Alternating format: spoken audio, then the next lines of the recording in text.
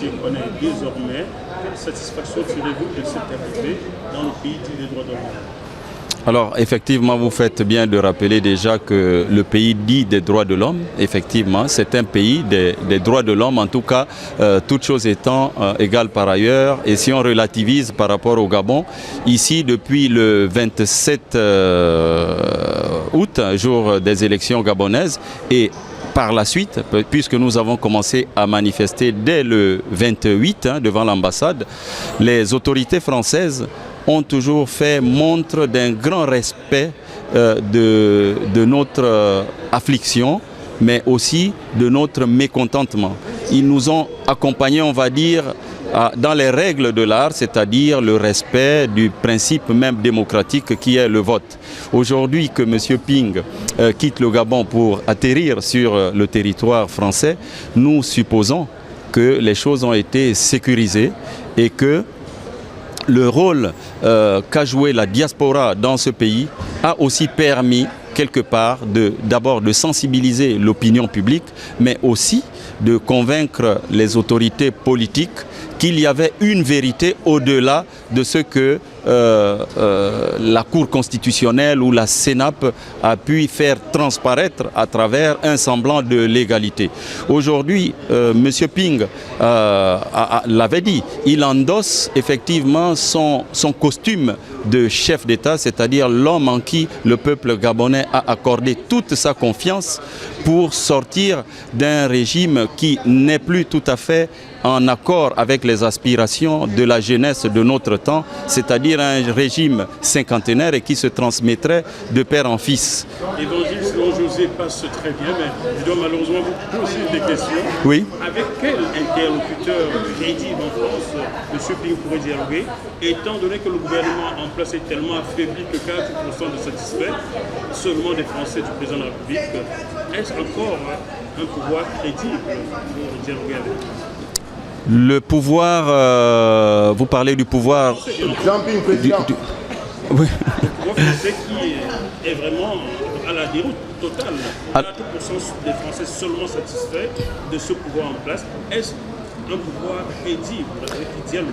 Alors, moi je pense que en politique, il faut distinguer les problèmes de politique intérieure et les relations que la France peut entretenir avec des États tiers.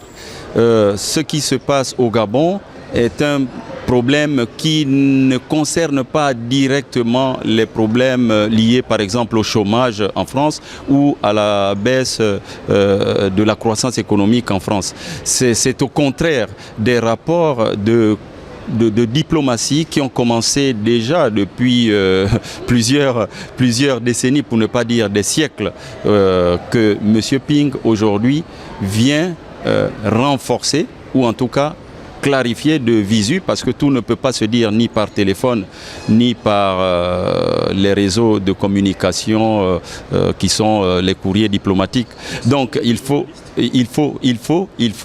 qu'il se rencontre avec les autorités françaises pour probablement et certainement même approfondir le cas du Gabon. Et je tiens à dire à ceux qui vont écouter cette vidéo que le Gabon est un pays géostratégiquement très important, non seulement pour la France, mais pour l'Occident en général.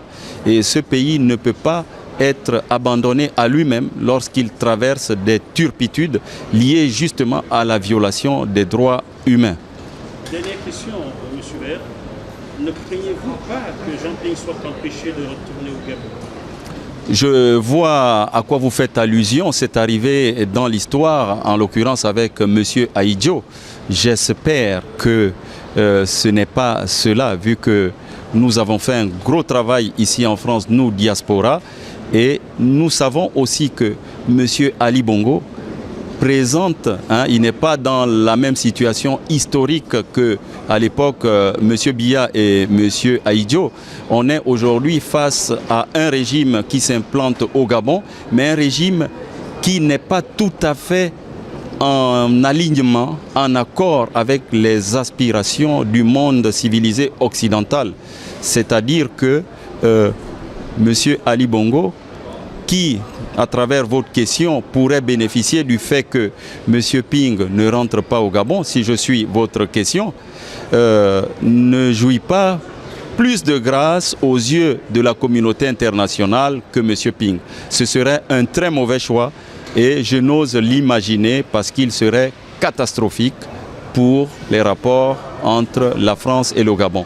Et si jamais M. Ping venait à rester, pour répondre toujours à votre question et faire un peu de prospective, sachez que ce sera pour mieux asphyxier de l'extérieur le Gabon sur le plan financier, cette fois donc sans amener les Gabonais à être tués, comme cela s'est passé le 31, parce que M. Ping ne l'a jamais voulu. C'est M. Ali Bongo qui est allé trop loin dans son désir de rester au pouvoir et de s'accaparer de ce pays qui s'appelle le Gabon, aussi pour se donner une immunité qui préserverait ses intérêts. Mais je pense que c'est une erreur que les dictateurs commettent. Mieux vaut accepter certains procès et on sait très bien qu'ils sont très riches, perdre 80% et vivre avec 20% pendant encore 2, 3, voire même 5 générations. C'est des erreurs de tactique. Mais je dis aux Gabonais, rassurons-nous, M. Ping est bien mieux en termes d'image que M. Ali Bongo aujourd'hui.